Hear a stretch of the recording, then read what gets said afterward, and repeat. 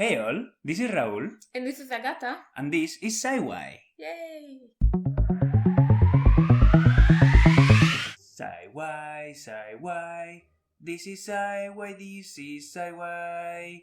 The thing is that we recently watched this episode on the movies that made us on Netflix, on how they made Jurassic Park. That was so bad. I'm sorry. In case you didn't get it, just like me, this was supposed to be the music from Jurassic Park. This was. Allegedly. I definitely did not get it. Well, you don't know because you barely watched Jurassic Park only once. Well, No. I watched it once, but I watched it recently. Well, So my knowledge, my understanding of the movie and everything has a very fresh look to it. Well, turns out that Agatha never watched Jurassic Park ever Well. before. So after this making of Jurassic Park, she was like, wow, we have to watch it now. Okay, so then we watched it. She for the first time, I for like the billionth time. And we were talking about how, in Jurassic Park, they have these dinosaurs made with genetic technology. And we were talking that actually the genetic technology is pretty advanced nowadays. And we thought that we could talk about this in today's episode. Yeah, I mean, probably it wasn't so much of me. Probably it was me like, whoa, man, that looks crazy. And then he was like, whoa, yeah, that's what they actually do. So Yeah, it was more like that. Yeah. Totally. Let's not try to make me too eloquent. Okay, so the thing is that actually genetic technology, it's something that we know from very recent times. It was, very recent times, okay, like since the 60s. Yeah. And even in the 60s, Quite recent. it was pretty primitive, okay? But I would say that from the 60s is quite recent, no? Definitely. The thing is that what we are trying to achieve with the genetic technology is artificial selection of species. Mm-hmm. This far, what we were doing, and I mean this far, for thousands of years, okay, that we were doing natural selection, or better said, forced natural selection, where, for example, taking the juiciest fruits, or the fruits that have the smallest seeds, and breed that species, so we would eventually get less and less seeds or juicier fruits. For example, you see the original bananas, and they inside they are full of seeds, like a strawberry, But the bananas that we have now have no seeds because they've been selected naturally to breed even less and less seeds with each generation of fruits. So this is what for sure the fruits that they had, like, I don't know, 200 or 300 years ago, they were totally different. Like, I don't know, they were smaller. Nectarines or Nectarines didn't even exist. Yeah. Because nectarine, I think, is an implantation of peach on apple. Oh yeah, or something like that. Yeah. That's why I like this fruit so much, because it's like hard and like firm. It's kind of like an apple, but it's delicious. And I don't like the peaches that they are like hairy. They have like little fur, and I don't like it at all. No? So nectarines, the fruit of Sci-why selection. So we eventually learned what was the genetic code, what was the DNA. And we was like, that's why. And then we saw how these species were being bred because you select certain genes in the species and you pass them to the next generation, to the offspring, while the genes that you don't want, they die with the previous generation. So they are not kept in the genetic pool, let's say, no? So we learned that the DNA exists. It is a thing. It is inside every living being. Which is crazy. And the DNA is made of nucleic acids. Nucleic acids are substances, okay? Let's not get tangled in the details. No, let's not. All nucleic acids is composed of smaller substances called nucleotides. Which is crazy. Nucleotides are just sugar molecules Which is so crazy. attached with phosphorus and nitrogen. I And don't even know what that means. in different combinations, and you essentially have 4 only. You only have 4. Okay. These 4 nucleotides that together they bond together. Yeah, but they're like, they can make a lot of combinations. Exactly. They bond together to form nucleic acids, and nucleic acids eventually form the DNA. Okay? So let's say that the nucleotides are like the Lego, the most basic of the Lego pieces. Okay? And there are only 4.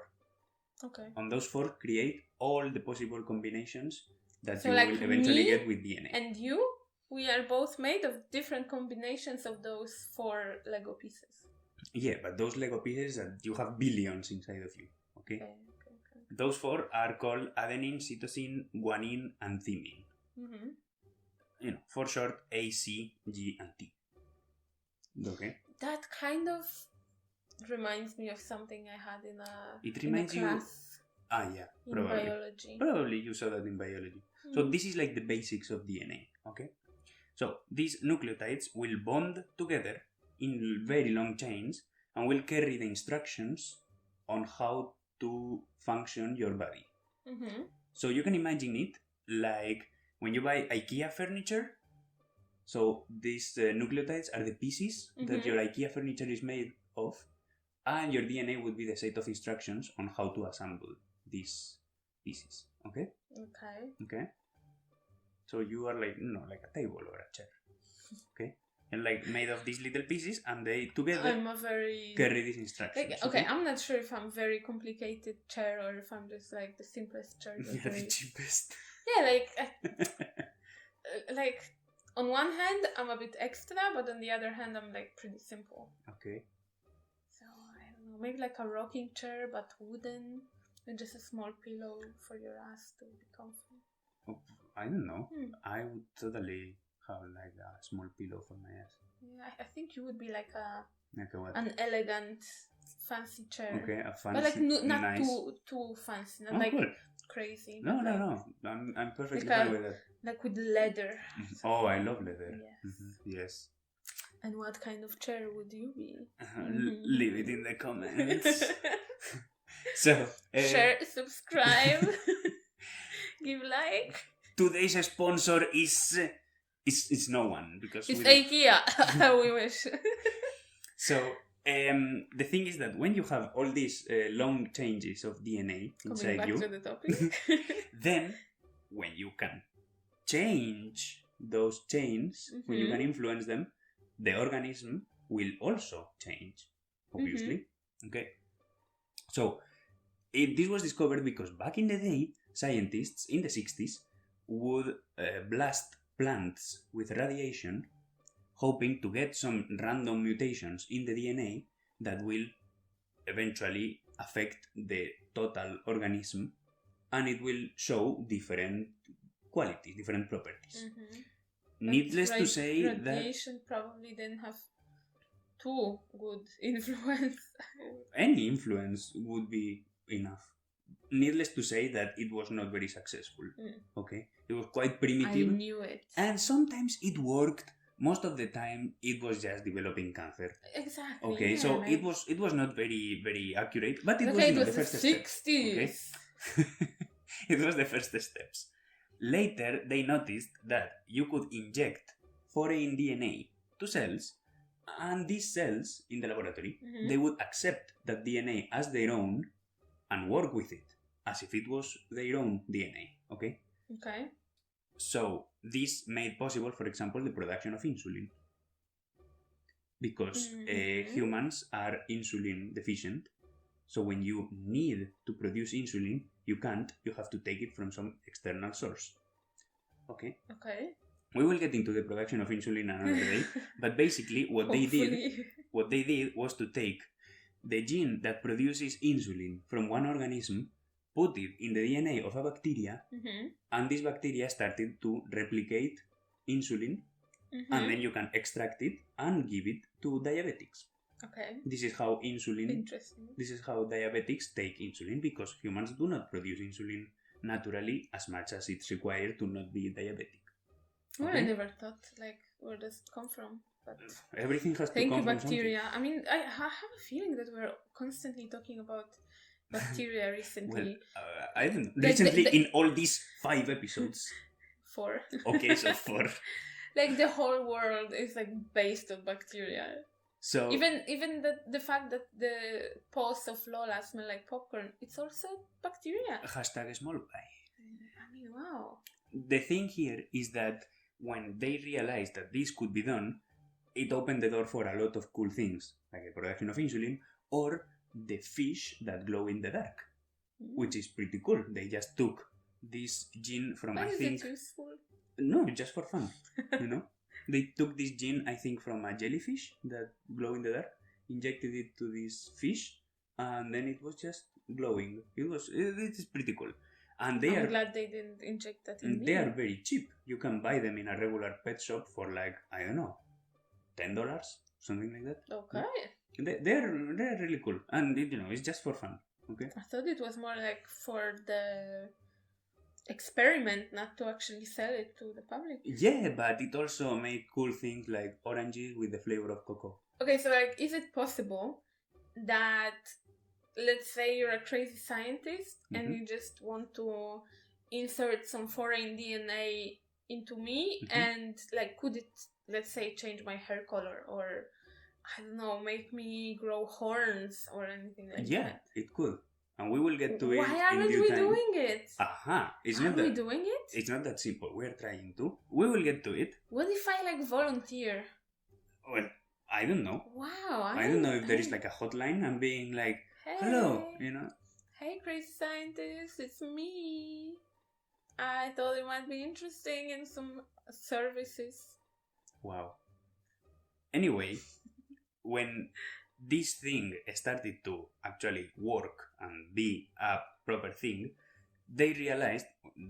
scientists, they realized that you can use it to make animals stronger, grow faster, more resistant. This is how the chicken that we have nowadays is much bigger than the chicken that we had 200 years ago. And the pigs nowadays, they are also stronger and more resistant to conditions than the pigs that were 200 years ago. And that's why it's bullshit when they say like, oh, no GMO, no GMO. Like, yeah, sure. And all these things are not necessarily bad. Actually, most of them are pretty good. Thanks to the genetic editing, we were able to create a brand of rice that is called golden rice that already has vitamin C inside. So, when you are... It has like a lot of vitamins. When you are just eating this rice, you are getting the vitamin that you don't have, which is very important for the communities in the third world. Third world? Yeah, in the third world. That they don't have access to proper vitamins and all that stuff because they have terrible conditions. So this is a way of helping. Okay, so it is something that can be good. The tomatoes that we have nowadays in shops, they are genetically edited, so they are proper, they stay ripe for longer, they resist different conditions. Also, that's like if you have, I don't know, a field of cotton or whatever, you don't have to use so much pesticides. It's nowadays like no. The plant itself is more resistant. And the corn already is repelling insects because it's genetically edited, so you don't have to use pesticides. So this is really cool, and there are like a lot of tools to use. Well, not really a lot, but more like a lot of methods. The most impressive and the thing that is completely revolutionizing this world is the technology that is called cluster regularly interspaced short palindromic repeats, or CRISPR for short. Even the short version is long. CRISPR is like crispy. It's like Casper, the friendly ghost. Oh, I remember Casper. CRISPR, the friendly genome. the bootleg Casper. So, let's say that bacteria and viruses, which are the bad fellas, Not always. Some bacteria are your best friend. Okay. They will try to make you sick. So, when they enter in your body, the immune system will find them and kill them so they cannot hurt you. But of course, as you say, we have like good bacteria that will help you with digestion, or this famous intestinal flora in your colon that keep you healthy and all that stuff. So this immune system that we have inside, it is selective. So it knows which bacteria they should kill and which one they shouldn't. No? But it works like when a virus will attack your body, it will try to go to one of your cells, or like some cells, inject their DNA inside, and take this cell as a hostage. So this cell will start to replicate the viral DNA. So it's like kind of they're lying to your immune system that, hey, this is totally part of the body, don't attack me. Yeah. But actually they are cancer. But the body knows that this is not how it is, so then But the immune body system, is not stupid. it triggers the answer of against it. So it will try to fight it back, kill them, and all that stuff. And that is what is making you sick. Go immune system. This thing that you are like, I'm feeling sick, that is the response of your immune system already. Your body working. You have a fever, but your body is good. working. That's good. So sometimes they will listen, sometimes they will win. Okay? If they lose, but if they will win, the bacteria and the cells in your body, they will be stronger. Okay? Because what they have done is that they take this piece of viral DNA, save it in their own DNA, in a special side in the DNA, and it will keep it there. So when the next time that the virus attack, they already know it, and they have the tools to fight back. Okay? Like when your ex tries to contact you again, and you're like, oh, no, I know you, and then you don't fall for it. Okay? So, and this part of the genetic code is stored in a special archive called CRISPR. Okay? Cool. When this virus attacks, the bacterium in your body will create a copy of that genetic code and start a defense mechanism called Cas9. Are you with me this far? Kind of. So, maybe not with the names, but with the whole functioning. So Cas9 is just a protein that works like molecular scissors. Okay? It will scan all your genetic code, find the exact match between the sample that is given to it of the viral DNA and the DNA that is scanning, find this exact match and cut it wherever it should. And then discard it. So your DNA is like safe because this part that is not supposed to be there, it is removed. Okay? Human body is amazing. It is really amazing. So it will eliminate from your own code and making the cells safe. What is the catch? That CRISPR is programmable. So you can give a copy of the DNA that you want to work with and it will inject it in a living cell.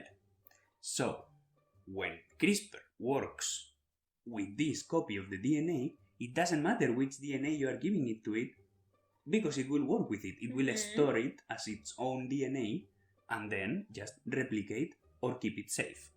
The thing is that CRISPR works better than any other tool that exists this far because it is very precise and it can match millions of cells in just a very quick moment. Very quickly it can do it because it is necessary to guarantee that the cells will survive from an attack. So it has to be very precise.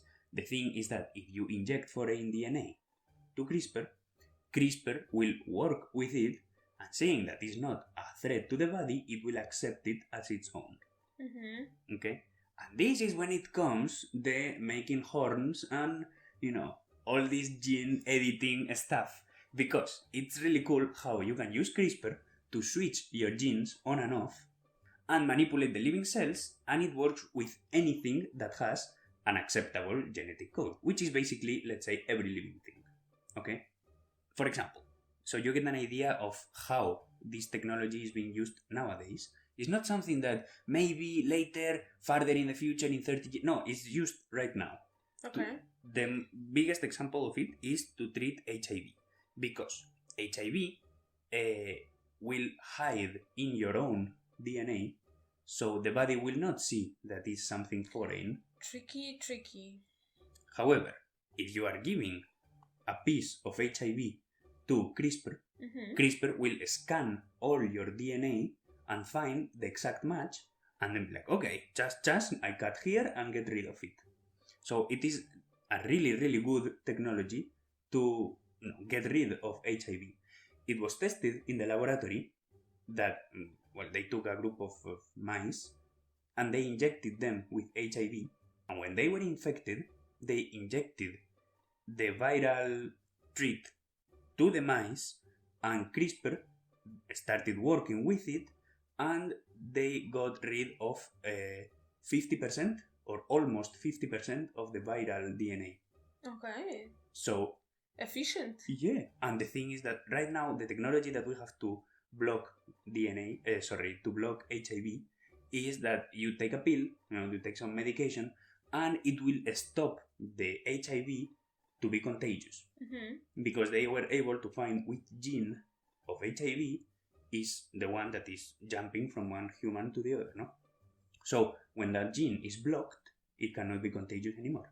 So in that far is like a patch, okay? It's a good solution, It but works. it's a good solution, but it will not make you healthy. Mm-hmm.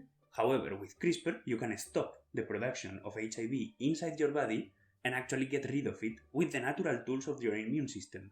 All these are natural, so you don't have to, anything to do, really. It's very simple. So this CRISPR, is it like what we have in our body, or it's some kind of scientist tool? No. CRISPR is already a tool inside of your body.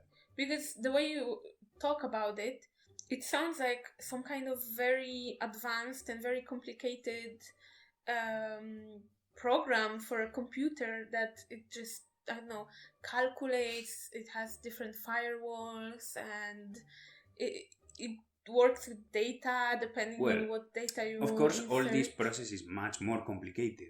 But let's say that CRISPR, it is just a tool inside of your body. It's part of your immune system. And CRISPR will generate this Cas9 to eliminate the genetic code. I understand it, but it seems kind of unbelievable. Like, to think that at all times there's so many things happening in our bodies, and that you don't even realize, Yeah, I hear it and I understand it, but it's difficult for me to actually, because all this realize this is pretty new technology, and the thing is that you can use this for almost any genetic disease, for not saying all of them. For sure it works for all retroviruses, like also cancer and herpes, because cancer and herpes will hide inside of your cells, so you don't realize that they are, defective DNA that you have to get rid of. But if you could, you just inject, you get like a shot of genetic code with a regular syringe, and then your immune system will do the rest of the work. Okay, so since it's possible like that, does it mean that the big pharma is holding it back from us? One thing, you can imagine it as the next step of a vaccine. Mm-hmm. That a vaccine, you get some dead DNA in your body, and then your body will have the tools to fight it. Yes. This is the next step. Okay? Although, I know it, but I think that a lot of people, they don't understand how vaccines work. Well, maybe we will cover it in another episode. Yeah. Well, the thing here is that it is possible that the big pharma will want to use it, blah, blah. And also you have to consider that big pharma will get all their profits from this kind of technology, from making people, healthy and working with it. So let's say that, yeah, big pharma are evil, but also they are the tools to do all this research. So I guess that, it's like the lesser evil. Anyway, when you would get this shot of immune cells modified with CRISPR to contain the genetic code you want to remove, then all the work is done. It's just like that, okay? And this is just regular tools that exist in your body. They are part of your immune system. The thing is that we didn't have a name for it yet, because we didn't know that it existed. And when we knew that it existed, we called it CRISPR. Well, yeah, because, CRISPR stands for something. It has a meaning. Yeah. It's not like the amazing technology of Dr. Agatha. Why you would not? call it like that? I would maybe What call name would be it better than CRISPR? Agatron. Oh, Agatron 3000. Oh. Talking about 3000 are the genetic diseases that are caused only by one mistake in your DNA. So only one defective nucleotide. Remember these nucleotides A, C, T, G? So when one of them is in the wrong place, only one in your really, really long chain of DNA, that can cause already over 3,000 diseases, genetic diseases. For example, Down syndrome. Many of which will cause a fetus to just say like goodbye and leave the womb of the mother. Many of them would kill the fetus, but some of them will not kill the fetus, but will make the individual carry this condition with them for their whole life, and there is no cure, as in Down syndrome. Not yet, maybe, because maybe we can like manipulate the DNA while in the womb. It happens the same with Huntington's disease, with cystic fibrosis. People with cystic fibrosis, they have terrible conditions in their lungs and they cannot breathe. And every day, every fucking morning, they have to get a proper therapeutic massage to make sure that their lungs are properly working. And one night, they must be just like, oh, goodbye, and they stop function and you suffocate. Because this is what happens with cystic fibrosis in your lungs. About that thing. Yeah, it is a terrible disease. It's caused by a genetic defect. It causes also other diseases that they are not lethal or they are not really that bad. Like, for example, color blindness, which used to be Daltonism because of the scientist Dalton, who was, who also Dalton was very important in atomic research. We'll talk about him other day. Or muscular dystrophy or trisomy. Trisomy is one, having, instead of 2 chromosomes, having 3, which is really, can be really, really bad, okay? So, the thing is that all these diseases can be cured using this CRISPR technology. Because, with CRISPR, you will analyze all this genetic code and get rid of the defective one. Remember when I said that the catch is that it's programmable? The thing here is that since it is programmable, you can give it whatever DNA you want and it will accept it as its own and work with it. So, it will stay in the body as your own DNA, but the problem here is that it will die with the individual. Okay, so how is that a problem?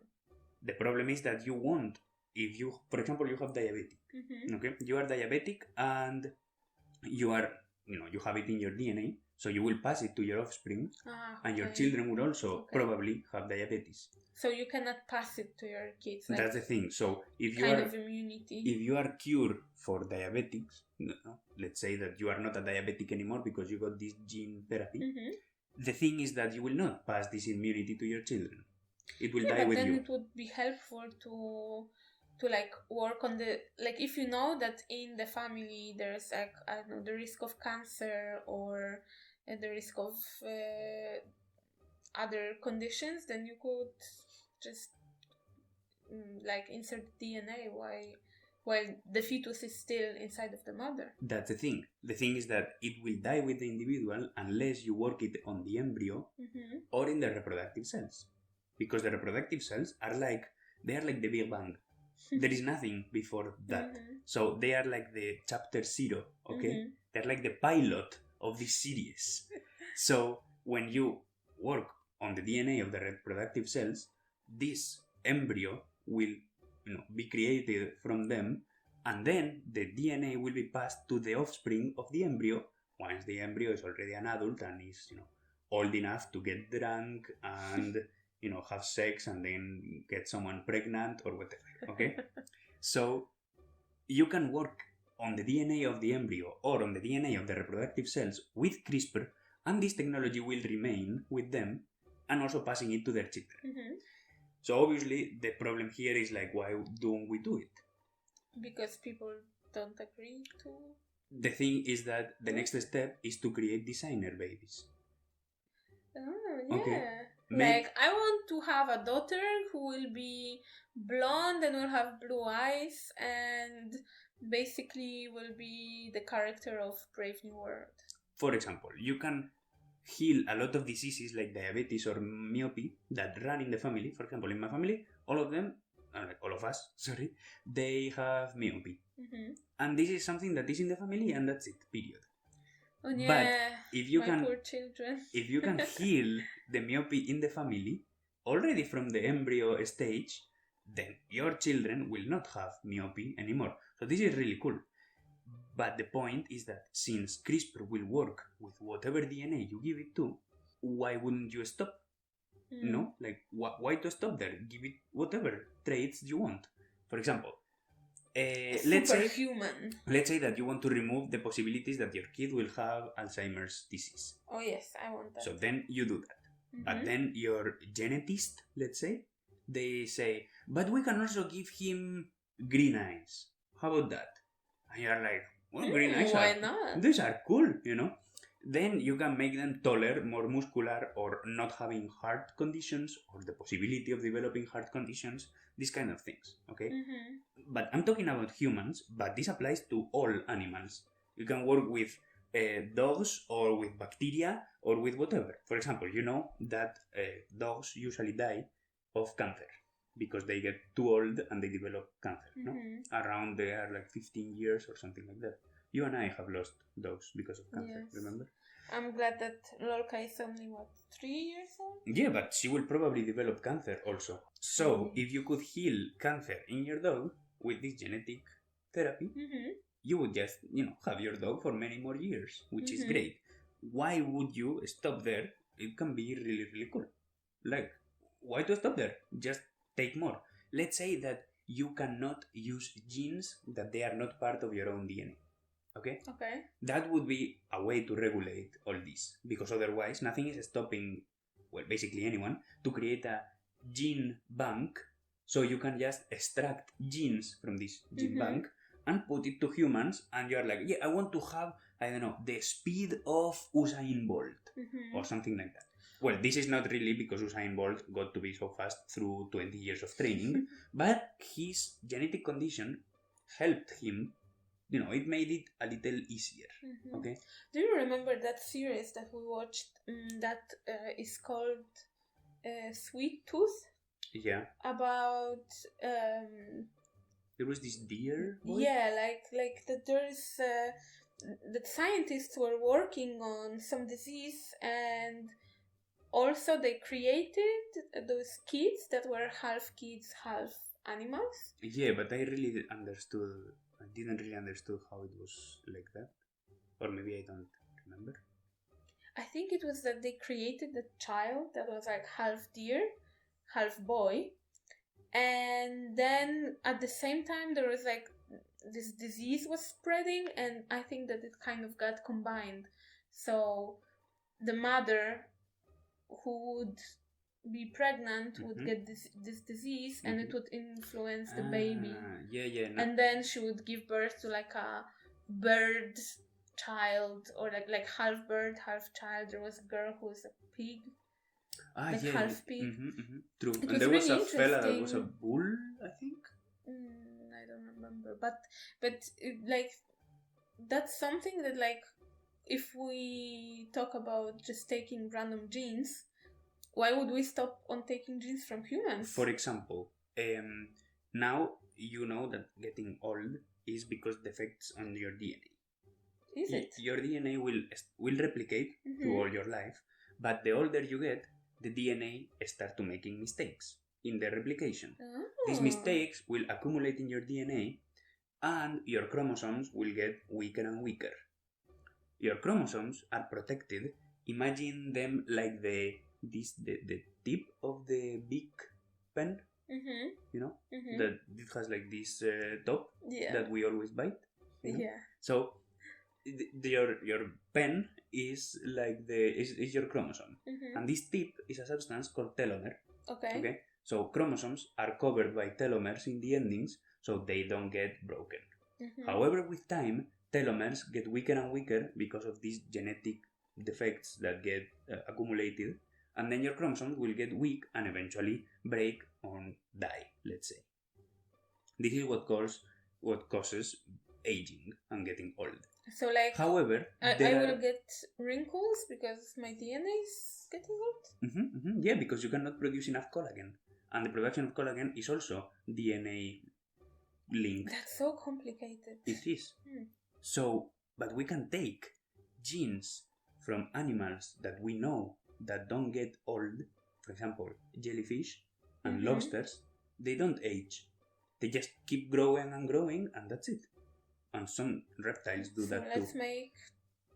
So then you can take these genes from them, insert them in humans, and your CRISPR in your body will work with them to prevent aging. We would still eventually die, but we might enjoy more years of being still healthy and, being able to move and all that stuff, without having the problems that come with being old. When you can do all this stuff, and you are already using that because you are already testing your genes to see if your baby has Down syndrome. Right now, 90% of the babies that are aborted, they are because they have some genetic disease and the parents do not agree to continue with the pregnancy, so they decide to terminate it in really early stages of the embryo. 90%, this is a lot. Okay? So when 90% of the abortions are already related to genetic diseases, and you could tell the parents, guys, your baby has a genetic disease, but we can cure it. Ole. Then that would people make would it much agree. easier. People would agree to do this, because also all these people that would decide to abort their kid because they have some genetic disease, later they have more kids. So it's not that they don't want to have kids, it's just they don't want their kid to be born with a genetic condition that will make their life way more difficult. So if you can do that, why would you not do it? And this is why genetic disease can be fought and finally overcome. Of course, this is a very complicated matter that is still under research, but when this frontier is conquered, it will not stop. It will still go farther and farther, stronger than ever, and this is why I think that a place like Jurassic Park could actually happen. Maybe not tomorrow, okay, or maybe not next week, but maybe in October. Probably in let's say 50 years. We will start testing this CRISPR technology in animals. Maybe then they could do it like, Jurassic Park, but then, mix up the genes a bit and make them miniatures. Exactly. To make them safe. Exactly. This is insane because, sorry that I had to make a really long introduction explaining why CRISPR is so important, because this is the tool that is opening the doors for doing all this genetic, modification and all this genetic editing. And what I believe is that you can take prehistoric DNA that we can find nowadays in prehistoric organisms or in fossils that are very well conserved. Like in the movie? Like they do in the movie. In the movie they take blood from mosquitoes that got trapped in amber, and they take that blood from the mosquitoes that beat a dinosaur 60 million years ago, and then use the DNA to, reconstruct the genetic code and fill in the gaps with frogs' DNA. Yes. So what I believe is that since dinosaurs eventually evolved into birds, okay, so when you see a pigeon, maybe you are seeing a fucking velociraptor and being like, That's why pigeons are so aggressive, maybe. They are fucking bitches. So you could take this fossil DNA from, I don't know, excavations that you find or whatever, from the bones that we have and all that stuff. Take it, fill in the gaps with different reptiles or probably birds, because they are closer to dinosaurs than any other animal, and use that to reveal something that I don't think it would be a dinosaur. This species that we would create would be a dinosaur in the same way that we are monkeys. Okay? Or that we are pigs. Because it has been found that we share 90% of our DNA with pigs and 99% with monkeys. And 95% or something like that, huge amount with bananas. Okay? So a lot of DNA that is around there is very, very similar. So it keeps on repeating. Yeah, and within the animal kingdom, the closer you are inside the species, the more similar will be the DNA. So this is why I believe that you can use the DNA of different species to recreate something that will not be exactly a dinosaur, but will be really very similar to a dinosaur. Okay? What if you could, can you extract 100% of DNA that you would need? any bird or anything. And that would be great. But the problem is that the fossilized DNA is losing genes. So when you rebuild the chain, there will be some gaps. But And maybe those you gaps will have to take fill. it from so many samples that you will be able to figure it out. That would be great. So in theory, it is possible. So dig deeper, archaeologists. That's another problem. It's not that easy to find fossils. Because probably we are right now sitting on plenty of fossils. The problem is that we don't know that they are there. And what They are you are going to do? very deep. And what you gonna do? Like, start digging randomly. You have to find certain, indicators that will tell you that right here probably there are fossils. And then you dig and bingo, But this is like really complicated to find a fossil. But I do think that if this CRISPR technology will go faster and eventually we will master how to work with it, you can just take this DNA and recreate a species, again, turning off the genes that you don't want. For example, as you said, making them smaller. So they will be less dangerous. Though I have to say that the velociraptors that appear in the movie, in Jurassic Park... Which ones are those? The guys from the the ones from kitchen. the kitchen. Exactly. Yeah, okay. In the kitchen, when they are like opening the door and the guy that is like, clever girl, that is the velociraptor. They have that shape and that those features, and they were that lethal and all that stuff, but they were much smaller. In the movie, they are huge. They are like taller than a person, no? But in reality, the reconstruction are like 1 meter. They are shorter than you, okay? Wow, that's something. Yeah. So that's the thing. So I do think that we could have dinosaurs with gene technology, but we can also make them safer to make them, for example, smaller or have smaller teeth. Again, that would not be a dinosaur, 100% of, pure red blood dinosaur, but it would be really similar. So you can eventually build Jurassic Park. Like, why not? What is stopping you? Well, like it was said in the movie, it's not like when how is it? I'm not good with quotes. That the scientists, they were thinking how to do it, but they didn't think whether they should, because then we go to the ethical quandary part, where about everything, like whether we change the DNA of a human and then we can get to the point where all the babies in the world will be blonde, white, and have blue eyes, because even people of different ethnicity will want to change the DNA of their children to make their lives easier, for example. Yeah. Is it very ethical? I don't think so. I don't think it would be good for us. This also reminds me of a very good movie that I recommend to everyone called Gattaca, on this genetic editing. And in this movie, it happens in like a near future, okay? The year is not specified in the movie because it's not really important, but let's say that the genetic technology was advanced enough to have design babies, okay? Custom made. The problem that appears in the movie is that when all the genetic technology is, there is no more research to do, so it's mastered, so then everyone just, is doing that, because why would you deny your baby having, I don't know, no heart conditions, or maybe having a huge cock? Why not?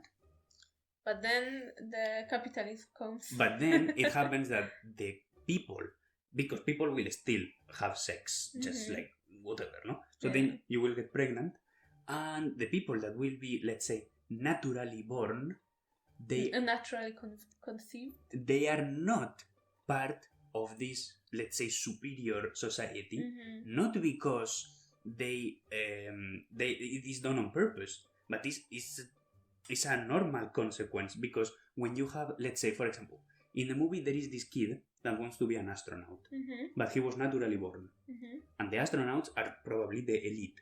They are the smartest and better, physically Unless they individuals. have a lot of money. Jeff Bezos. So these guys, they are always telling this kid, you will never make it to be an astronaut because you will fail the physical test compared to the others. So it's not that we are on purpose, pushing you down. It's that there is someone else that will always be better all the time, constantly.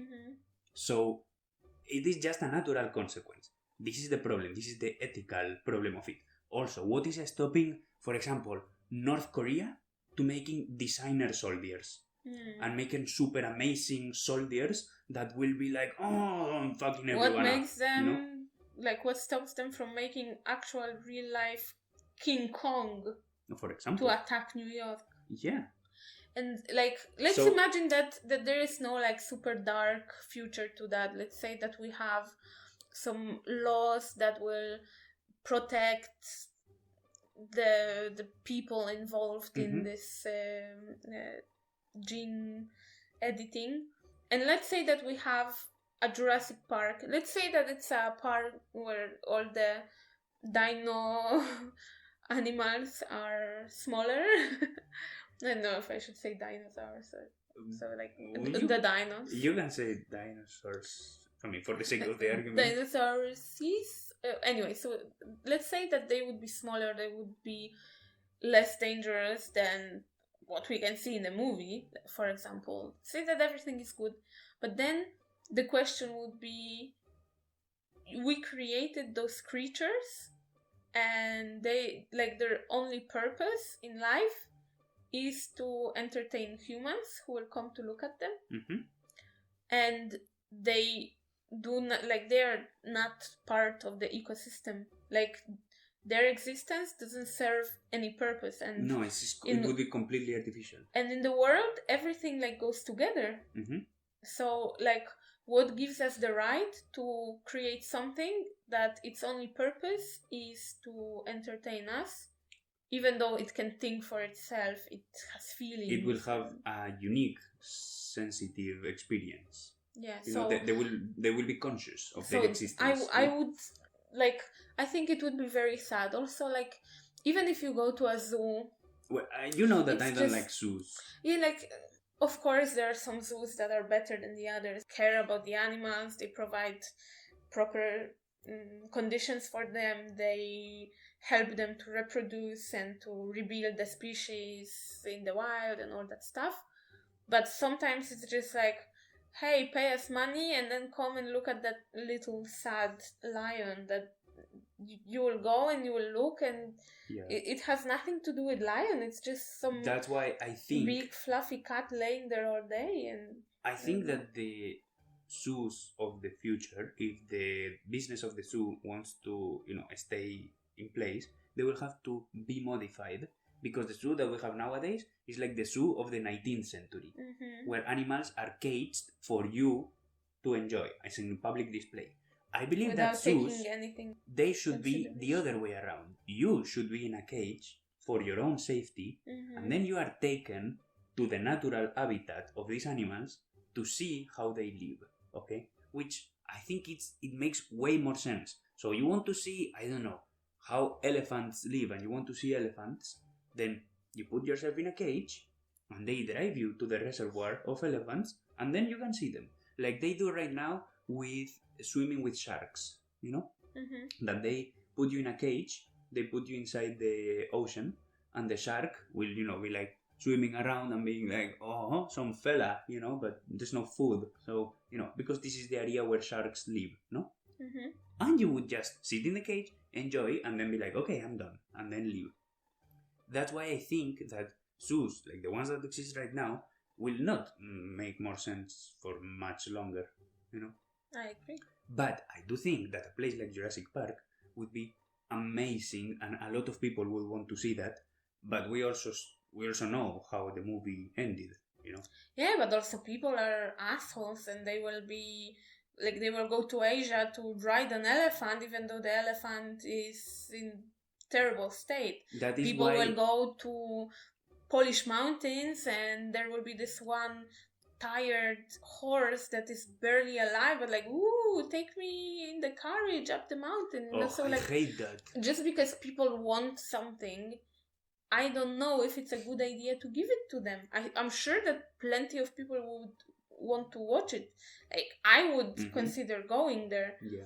I just believe that some things, just because we can do, it doesn't mean that we should. The thing with genetic technology is that it allows you to modify the basic building blocks of life And I do think that it's just a slippery slope. So it would need a lot of regulation because, of course, I want my kid to not have Down syndrome if I can avoid it. Mhm. I want him to not have, Alzheimer's or condition. anything like that. But anything that goes further than that, I think is very slippery slope Mhm. that you will have to take care of. But that doesn't mean that Jurassic Park could not happen. I don't think it's a crazy idea right now. Maybe it will not, but it doesn't mean it could not. It is possible, though Mhm. I don't think something like that should exist, no, that it should happen. Because, it's too complicated. It has too many bad sides of it, I think.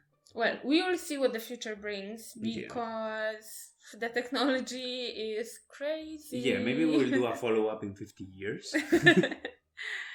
Yeah, so in the that's meantime, this interesting. is all for today.